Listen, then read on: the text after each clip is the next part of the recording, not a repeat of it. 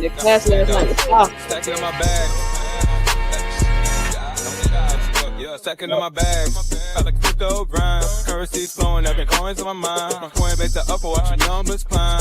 In this damn fine, feeling so prime. Hustling these protocols, known to the man. Emptying out my radar, I can't understand. Jumping on the wave, watch me move the plan. Holding diamond hands in this crypto land. Got my eyes on the prize, making moves like a king. Every transaction hit a cash register ring. Ride a blockchain, we won't never be slow. In the world of finance, that's the profit. If you're holding real world assets, utility assets, you are a bank.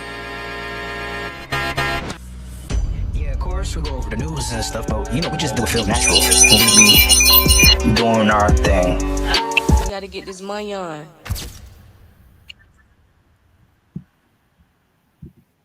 We bet. We good. What's good? What's good? AD, change your name. They say Kween. Oh, I could have did it for you. I didn't even know that. Everybody, what's good? We back. I missed the class last night, but I will buy it. Yeah, and you'll get the recording. You had a recording, so y'all can still get in the class because we have it's part 2 today. So yesterday was day 1, today's day 2. So yeah, make sure y'all get in that class. Yesterday was everybody that was in the class drop a fire. The class was fire yesterday. We was on there for almost 3 hours. I was like, I ain't gonna lie, that recording gonna be kind of long when y'all get it though. It was at least 2.5 to 3 hours. I told y'all it was gonna be very thorough. Very thorough. And I'm gonna send out because a couple of y'all was confused, so I'm gonna send out a separate link. Everybody's gonna get an email with a separate link today for the Zoom call. So if you got a class, part 2 is gonna have a separate Zoom call. I'm gonna just send out another link. Okay. Yeah. So yeah, y'all just click the link. You shouldn't have to put in no passwords or nothing crazy. It should be very simple. Yeah. You just click the link, y'all. So yeah, but all right, appreciate y'all. Yeah, so that class fire. Appreciate everybody for dropping fires, letting everybody know that class went crazy yesterday. So we got day 2 today. And appreciate you over here, Crypto Queen. You definitely join the Telegram and the Patreon for news and updates for DeFi. DeFi is the Patreon. For sure. Everything's in the bio and the link tree. But yeah, y'all, we got some updates. Yeah, Circle, more Circle news. Circle on fire, y'all. Circle on fire. Circle launches ARC public testnet with over 100 institutional participants, including BlackRock, Visa, and Anthropic. So we're gonna talk about that. Let me see. So we got a new US. This is North. I'm tripping. This is Evernorth. So they completed their $1 billion XRP purchase. They raised that money hella fast, D. How the hell? Like, $1 billion? In less than a week. Unless they already had the money. Let me shut up. But yeah, so they completed their $1 billion XRP purchase. So we got a slight little price surge from that, from that big buy, $1 billion. That's crazy.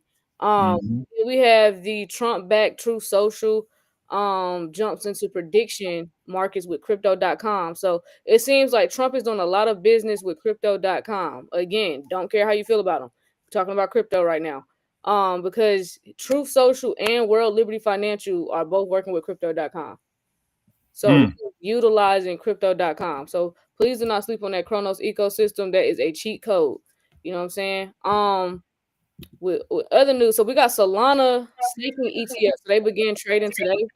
So what that changes for altcoins. So we got an article on that. And we also have I want to read a tweet from Eleanor today regarding the ETFs, because a lot of people are having a hard time trying to understand why some of these ETF approvals are going through and we're in a shutdown. So she talks about that in this tweet that I'm gonna share with y'all today. We're gonna talk about France. So France welcomes reserve bill to purchase 2% of Bitcoin supply. We're gonna talk about that.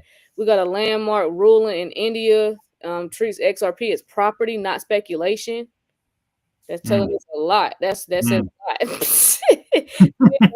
We got some stuff we're gonna go over today. So we're gonna start off with I want to start off with France. I'm not a big fan of France, but they do have some crypto news. So I'm gonna start off with France. Let me put the article up.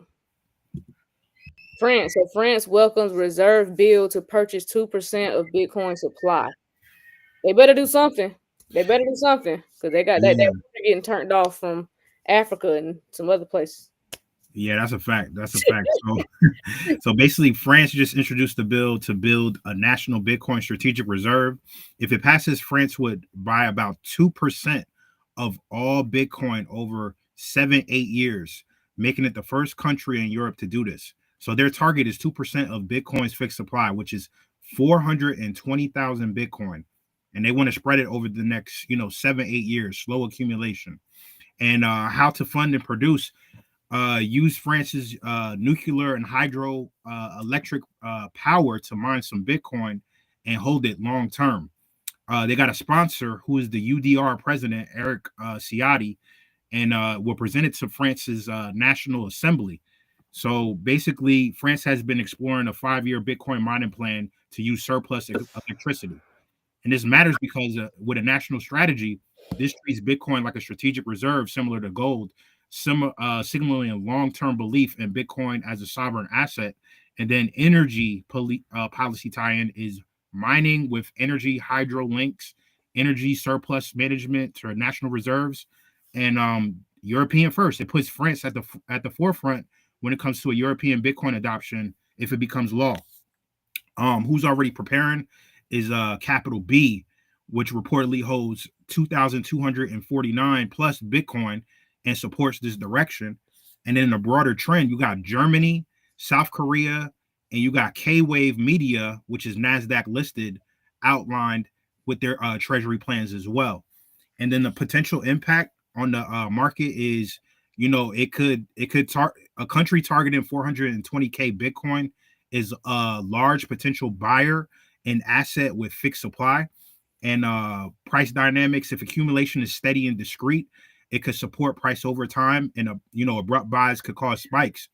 And the mining narrative is, using clean, firm power like nuclear or hydroelectronic strengthens the green Bitcoin argument and may influence other countries to, adopt those same strategies. So basically what to watch is, it's a proposal, so it's not law yet. So it needs debates, amendments, and passage into the National Assembly. And of course, it needs budget and governance. It needs coordination from the EU. And it just needs, straight up and down execution, split between direct purchases and mine Bitcoin. So, and this is going to have an impact on France's energy grid and costs. So, if y'all in France, they had to make a move. They had to move. they know they had to make a move. if y'all in France, then you know that this is what they trying to do, fam. They trying to get 2% of all Bitcoin. Damn, they don't really have a choice.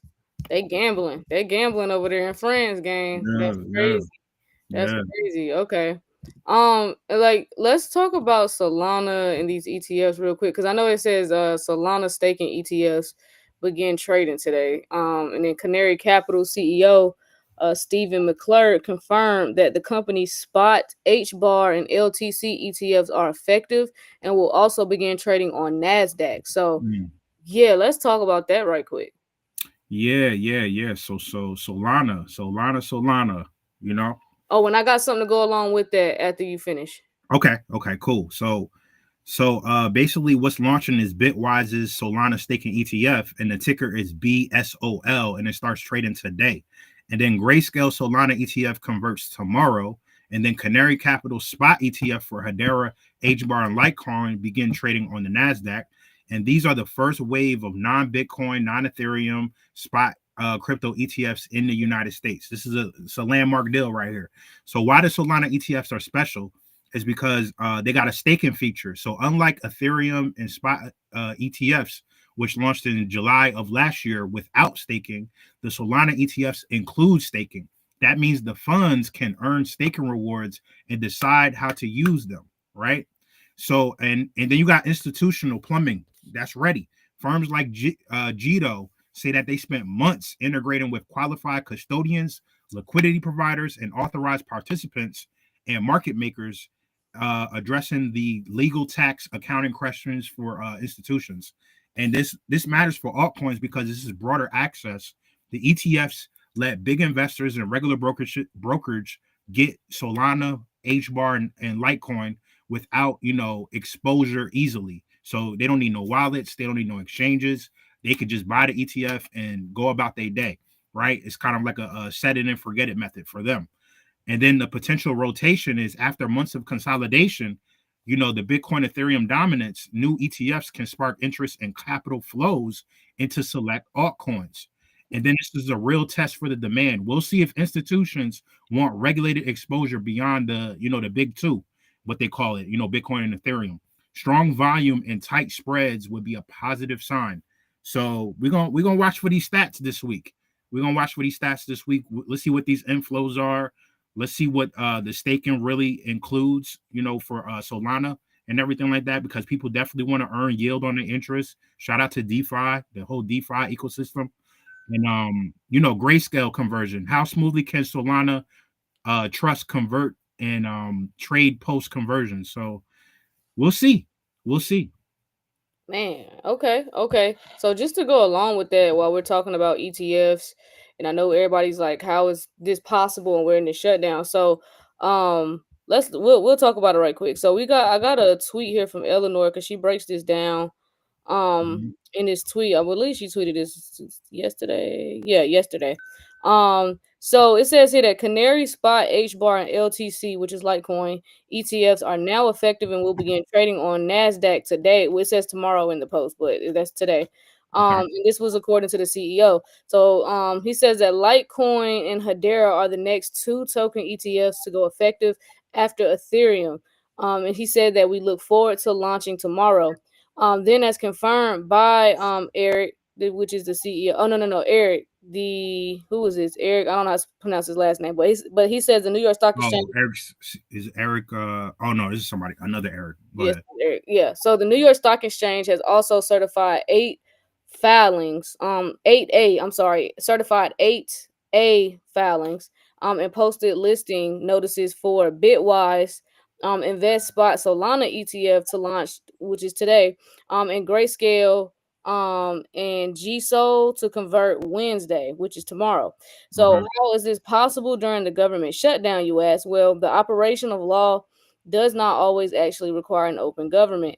It's my understanding that the 8A filings are just as important as the S1s in getting these ETFs ready to launch. So a quick catch up on terminology. The 8A formally registers ETF shares under the 1934 Act for trading on an exchange, while the S1 registers them under the Securities Act of 1933. So this morning, the New York Stock Exchange certified all 8A filings for the ETF above, aka the final step before shares can start trading. But what about the SEC staff needed to greenlight the S1 registration statements? So y'all remember back when they had all of them amend their filings and they had to go refile?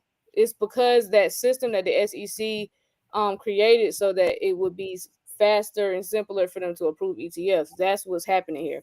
So here's the key.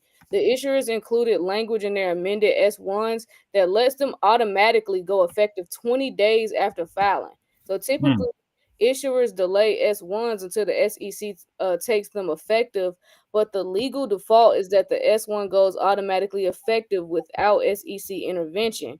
So that means the agency doesn't need to approve them manually, and the filings can go live on their own even during the shutdown. So that is why these spot ETFs are going live. So long story short, all the legal boxes are checked and these ETFs are on track for launch. So yes, that is why they did what they did. So this is like literally like they can just go live. They don't need the SEC anymore. Wow. So as you can see, we're taking measures to, simplify processes that normally take months, sometimes years. Right. We simplified it and it's 20 days now. That's the power of automation and AI. Here we are. So all this 5 and 10 year and stuff just take forever to get done talk is over with, y'all. So that automatic system is how these ETFs are going live. And so any day now we could, they could approve those spot XRP ETFs. I think they're waiting on the catalyst with that situation. I can't say too much, but pay attention in 2 weeks.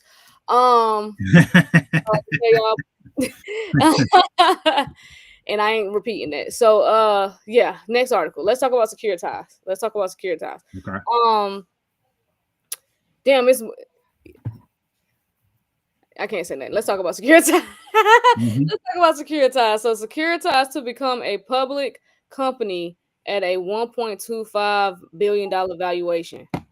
Securitize. So here we are right here. So Securitize is the leading tokenization platform to become a public company at 1.25 billion valuation via business combination with Cantor Equity Partners too. So this established the first public securities focused tokenization infrastructure company. Okay. Okay. So Okay. industry leading end-to-end tokenization platform with blue chip institutional partnerships, including BlackRock, Apollo, Hamilton Lane, and Vanek. So upsides $225 million in committed common stock pipe financing led by new and existing blue chip institutional investors, including Arch, Borderless Capital, Hanwha Investment, and Securities. Yes, full here. Okay.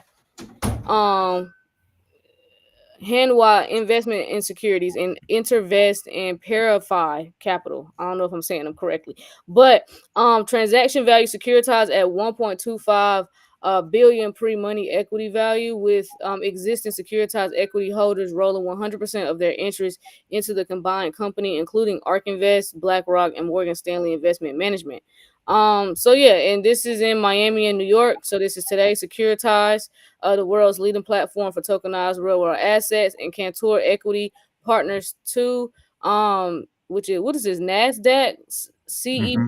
CEPT, Mm-hmm. a special purpose acquisition company sponsored by an affiliate of Cantor Fitzgerald, today announced that they have entered into a definitive business combination agreement through which Securitize will become a publicly listed company. So the company will be uniquely positioned to participate in a $19 trillion TAM, which is TAM, for tokenization of real world assets. So this is crazy. So it says the transaction value securitized at $1.25 billion pre-money equity value. So existing equity holders, including ARK Invest, BlackRock, Blockchain Capital, Hamilton Lane, Jump Crypto, Morgan Stanley Investment Management, and TradeWeb Markets, will roll 100% of their interest into the combined company. The combined company will be renamed Securitize Corp, and its common stock is expected to trade on Nasdaq under the tick symbol SECZ. So we got to keep an eye on that. I actually might buy some of that. If it's reasonable and it makes sense for me and my finances, I might get some securitized stock. If you know, Damn. you know. I think that's one of the ones a lot of people don't. If unless you're deep in crypto, you don't know about Securitize. You don't even know what company that is. So when that gets listed, um, yeah, when that gets listed, I think that's gonna be a good one to look out for. Make your That's not financial advice though. Make your own decisions. You're an adult. So Mm-hmm. yeah, so it says in connection with the transaction, Securitize plans to tokenize its own equity, an industry first designed to demonstrate how the public company processes. How the public company process and trading can move on chain. So this is a defining moment for Securitize and for the future of finance. And this is the co-founder and CEO of Securitize, Carlos Domingo. He said, "We founded this company with a mission to democratize capital markets by making them more accessible, transparent, and efficient through tokenization. This is the next chapter in making financial markets operate at the speed of the internet, and is another step in our mission to bring the next generation of finance on chain and tokenize the world." Mm. Yes, and then I'll just stop right here. But he says, "We believe that blockchain technology has massive potential to transform finance, and partnering with Securitize underscores our confidence in tokenization as a foundational force in the next era of capital markets." And this is Brandon Lutnick, the chairman and CEO of Cantor Fitzgerald and chairman of Cantor Equity Partners too. So huge. So shout out to Securitize again. Where's that ticker at? That ticker is going to be symbol SECZ. SECZ. So be on the lookout for that on NASDAQ, I believe. It's going to get listed on Oh NASDAQ. yeah, Nasdaq. They got a vested interest in all this shit. They So sure do. they They know invested what's, millions of dollars. yeah, SECZ as in zipper. Z as in Yeah. Zillow. Zale. SECZ. Z. Not T. So that's the Yeah. ticker. So yeah, look out for that on NASDAQ. Not financial advice. Again, you're an adult, make your own financial decisions. Um, But yeah, this was an article on X. So yeah, this is pretty big. Can you put that in a Telegram? Yeah, stock to look out for is SECZ for sure. We can go. That was an excellent find right there. That was an excellent find. Shout out to Bobby C with the super chat. Appreciate you, fam. Appreciate you. On Nasdaq, yeah, appreciate you for the super chat, bro. Listen on Nasdaq. This is Securitize. Yeah. Ties. Because there was a lot of players in there. I seen BlackRock's name up in the mix of that. I seen a couple players up in there. So 100. So yeah, make sure y'all looking out for that. Okay, so let's talk about Let's talk about let's see. We got this landmark ruling in India treats XRP as property, not speculation. Please let's talk about that because it sounds like India trying to tell us something. yeah, India. Listen, India been trying to tell us stuff for a while now. So basically, what happened was that is an Indian judge said XRP counts as property you can own, not just a risky bet.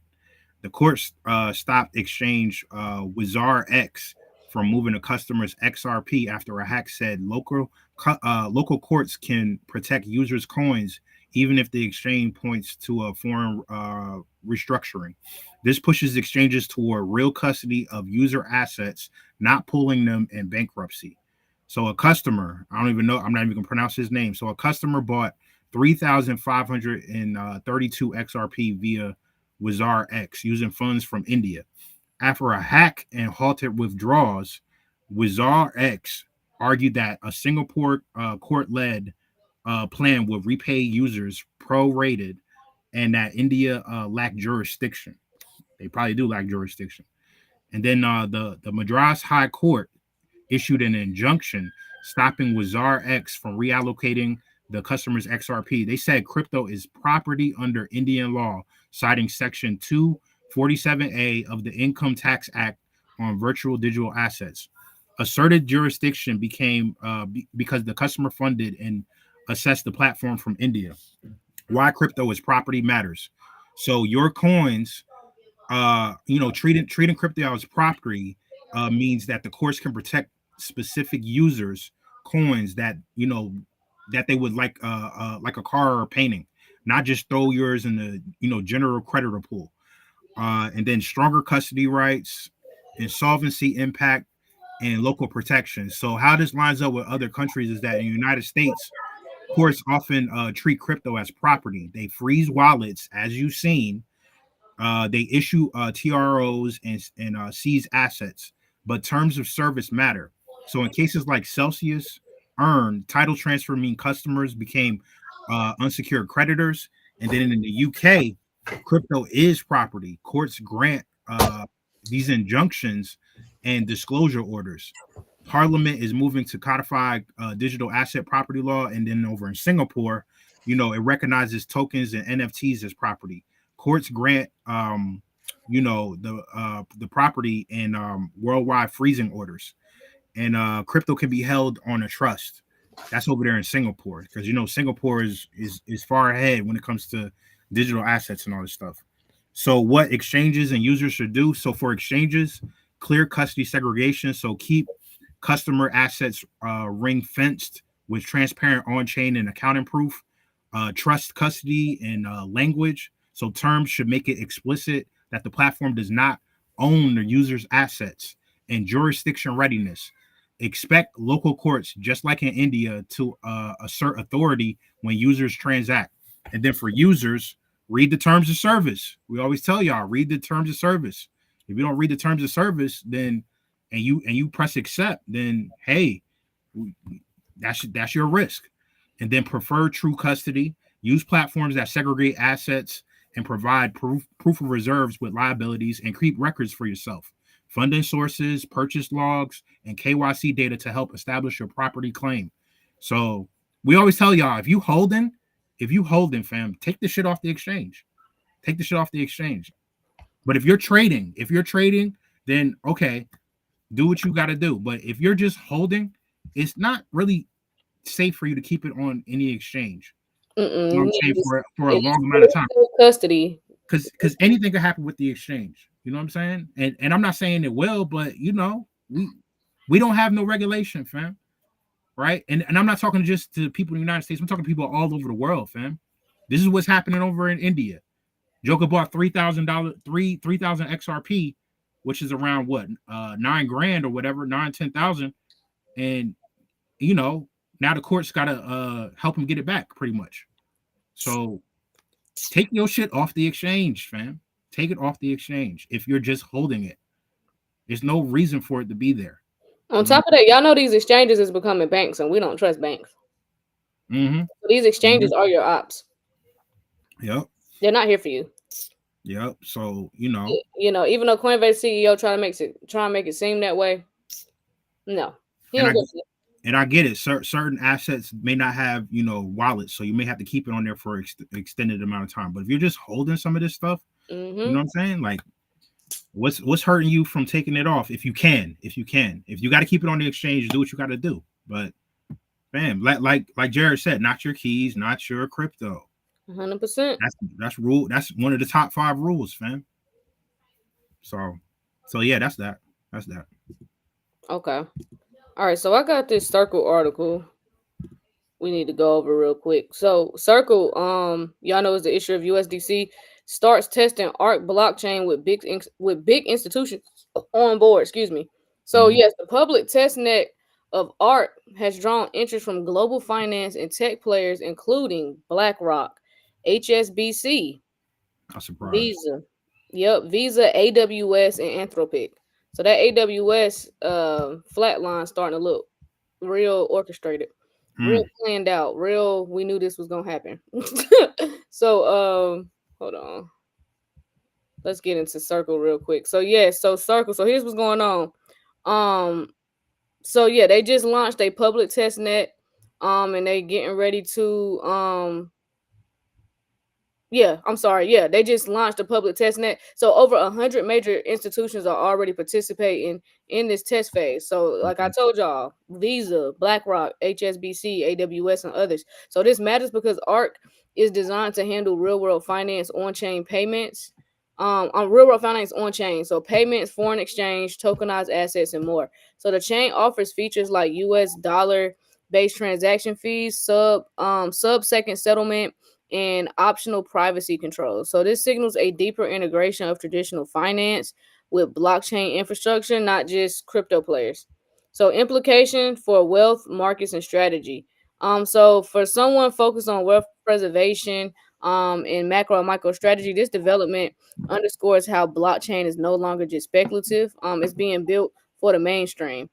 For the mainstream institutional use. So with stablecoins like USDC being central, the move reinforces their importance in the new infrastructure of finance, especially if banks and asset managers adopt them from settlement and tokenized assets. And then we have tokenization of traditional assets, so funds, so that's bonds, credit, all that stuff is expected to scale massively. In this article, they mentioned a potential $19 trillion market by 2033. They lowballed it. More like way more than that. I won't give no numbers, but 19 trillion by 2033.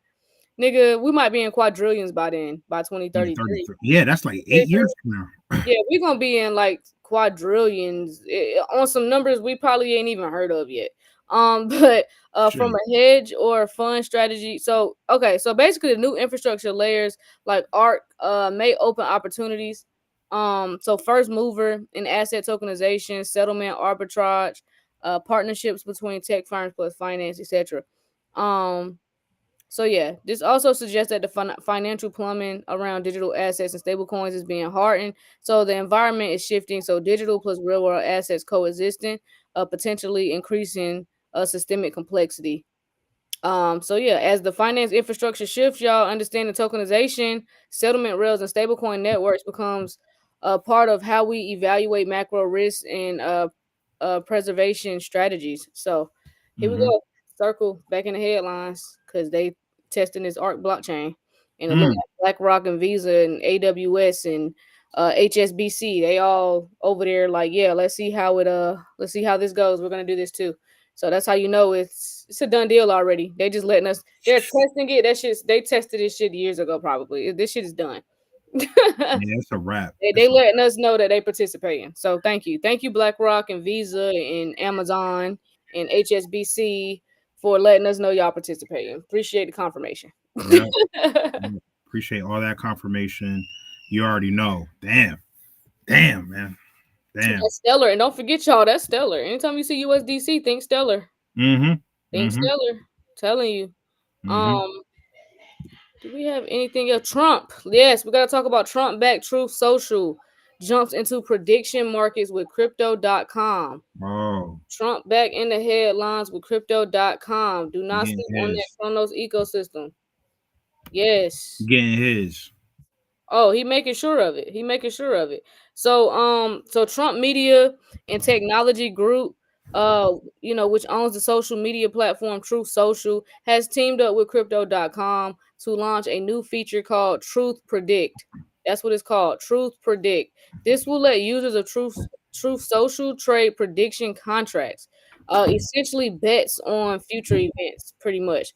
So, such as sports outcomes, elections, economic indicators, etc. So he getting into the betting world. Lord have mercy. So the platform is positioning itself to compete with existing event markets like Polymarket.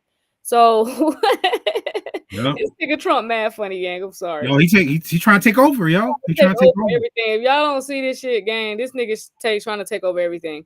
So this matters because it brings prediction markets, which have been somewhat niche, into social media environments, potentially a large user base if leveraged well. It blends crypto and blockchain infrastructure via crypto.com with an existing platform with political social influence, which may change how everyday people perceive or access these types of markets. So, yeah, this is he's definitely using his influence. And he's turning his influence into financial instruments, if y'all haven't noticed. And he's leveraging every resource he got. Crypto.com, fam. He's leveraging them to create prediction markets, fam. So he wants to be in competition with Polymarket, which just got bought for billions of dollars. So listen, y'all can hate him all you want, but business acumen when it comes to this shit, he been on point. He been on point when it comes to the next wave of the internet and blockchain technology. He been on point. Point. They just don't like the messenger. They don't. And I get it. He could be an asshole. You know what I'm saying? But at the same time, on the business side, what can you say when it comes to this specifically? I'm not talking about anything else. I'm talking about this specifically. They don't want to admit it. That's too. You know what I'm saying? That's too right. You know what I'm saying? Yeah, that's too right. But I get it. A lot of other shit you could not dismiss him for. But this shit right here, he been on par. For sure. Okay. So let's. Did we talk about Evernorth? We ain't talked about Evernorth yet, right? I just got hustle, man. Yeah, no. We did earlier. Yeah, we did talk about Evernorth. Okay. Yeah, I think so. Or did I just bring it up? Or maybe you brought it up. Yeah, okay. yeah. Even if we did, you can go over it again for people that missed out. Whatever. For sure. Yeah. Let's talk about this real quick. So real quick with this XR, because this is crazy. They already raised $1 billion. They raised $1 billion fast as hell. Because I thought they had to raise the money. That's how they worded it, that they had to raise $1 billion. So I'm like, I knew y'all had a few hundred million. I didn't know y'all was gonna get to $1 billion this quick. So it says that Evernorth, yeah, they completed their $1 billion XRP purchase. And XRP had a slight price surge here. So this is less than a week after this was announced. Evernorth, which is the newly formed XRP focused treasury company, has emerged as one of crypto's most profitable institutional entrants. So it says that the firm's swift accumulation of nearly $1 billion worth of XRP has already generated an estimated $75 million in unrealized gains, signaling that Wall Street's quiet pivot toward the token may already be underway. So the $1 billion XRP accumulation. So yesterday, blockchain analytics platform Kween reported that Evernorth spent roughly $947 million acquiring 388.7 million XRP during its first week of operation. This effectively completes about 95% of the firm's $1 billion XRP purchase target. So notably, this aggressive, publicly documented buying streak is unprecedented for an altcoin outside of Ethereum and Solana, highlighting how fast institutional sentiment towards XRP is changing. So interestingly, the aggressive accumulation has contributed to the token's recent 6% rise to a high of 2.64 2.64 in the past week. Oh, I'm sorry, $2.64. We only got 13 likes on YouTube. Y'all wilding. It's 100 people over there. I'm sorry. I had to say it because I seen it in the comments, bro. See? Come on, man. Come on, fam. I'm gonna go eat a breadstick and come back, and I swear to God, I better not see. If I see 13 likes, I'm ending the stream, gang. If we're not at like at least 50, I'm ending the stream. That's crazy, fam. That's crazy. Shout out to y'all on TikTok though. Shout out to y'all on TikTok. Y'all running it up over there, fam. Y'all running it up. Y'all gotta hit the like button over there on YouTube, fam. Shout out to y'all. Y'all got us over 106,000 over here on TikTok. They say 65. Oh, okay.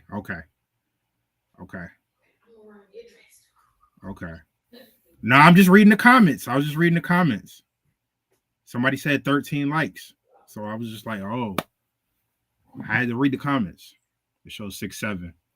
6-7. Let me see what it shows on mine. Let me check my phone. Because it don't show us on here. Shout out to y'all though. Shout out to everybody that sharing the live and everything like that for sure. And thank you for the super chat. Appreciate it, Sid. Appreciate it. High tides raise all boats. Hell yeah. Okay, I see 107. I see 90. I see 90. Shout out to y'all. I see 90. Okay. Appreciate y'all.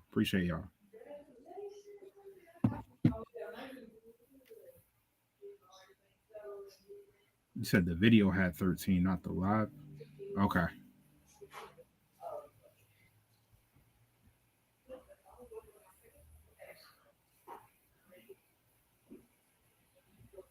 Do.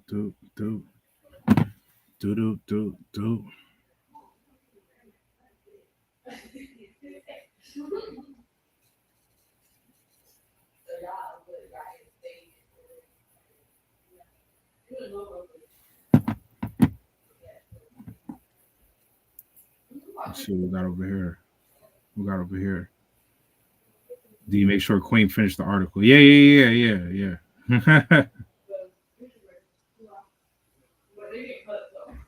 We got over here.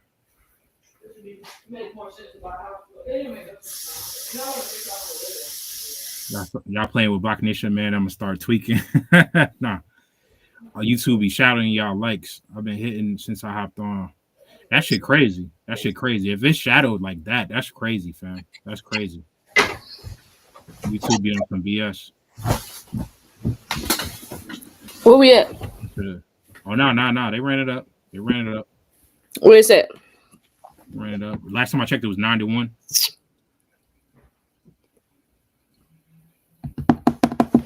That's crazy. Y'all really make sure you finish the article though.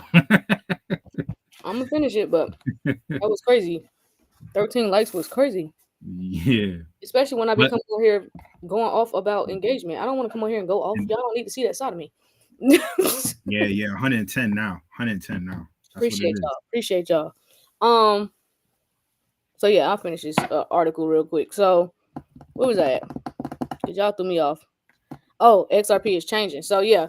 So according to Crypto Slate, so XRP was expected to reach this price level If the large scale institutional buyer entered the market aggressively. So this forecast appears to have materialized now. So at the current market prices of 261, Evernorth has over $75 million in paper profits because its average entry price was 244. They made some bread, gang. 75 million already. So yeah, so if Evernorth maintains its current price, Crypto Slate estimates it could absorb up to 2% of XRP's liquid supply within a year. So this will significantly dampen retail-driven volatility and potentially reinforce the asset's price depth. So how Evernorth works? So Evernorth is a publicly traded digital asset treasury designed to give investors direct exposure to XRP through traditional equity markets. So the company plans to list on Nasdaq via a special purpose acquisition company, which is a SPAC merger valued at $1 billion. So this deal is supported by $200 million from SBI Holdings and additional backing from Pantera Capital, Kraken, GSR, and Ripple co-founder Chris Larson. So its model blends corporate balance sheet strategy with blockchain yield generation. Instead of merely holding tokens, Evernorth intends to lend, provide liquidity, and participate in DeFi yield programs. Oh, so that would help to grow XRP per share over time. Oh, so even a company that just acquired $1 billion intends to participate in DeFi yield programs. Oh yeah. Oh yeah. So the supply is getting bought the fuck up. Also, from what I'm reading. So get XRP while supplies last, because eventually y'all ain't gonna. It's not that you can't afford it. It ain't gonna be no more. It ain't that you can't afford it. It ain't gonna be no more. So, and that's just a fact. So I'll share this article in the Telegram because I'm out of time. I have to go to Reggie's play, so I have to hop Shout off. out to my dude Reggie. I got to go to my nephew's play, which is why I had to stay in DC some extra days that I didn't want to. You back? You back? You be back on the other coast tomorrow morning. So speaking of that, I won't be on tomorrow for the 12 p.m. live. D will be on there. Hopefully, I can make the evening live. It's a straight through flight. As long as we don't have no delays, should be able to make the evening live, y'all.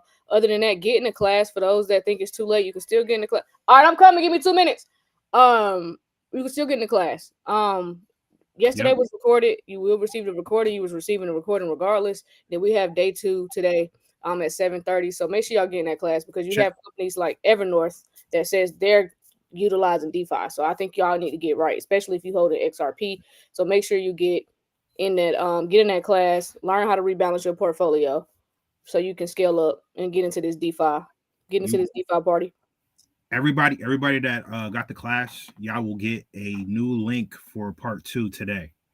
So check your emails later. You will get a new link for part 2 today. All right. So make sure y'all check y'all email. Other than that, hop in that Patreon. We got to get in this DeFi. If you're new to crypto, get in that Telegram. Hop in the Patreon. Let's go ahead and let's run it up. That window is closing. So pretty soon it's going to be a whole different channel. It's going to be a whole different conversation on here. So yeah, go ahead and get right, y'all. Get right. Other than that, we'll see y'all in that. We'll see y'all this evening for the evening live.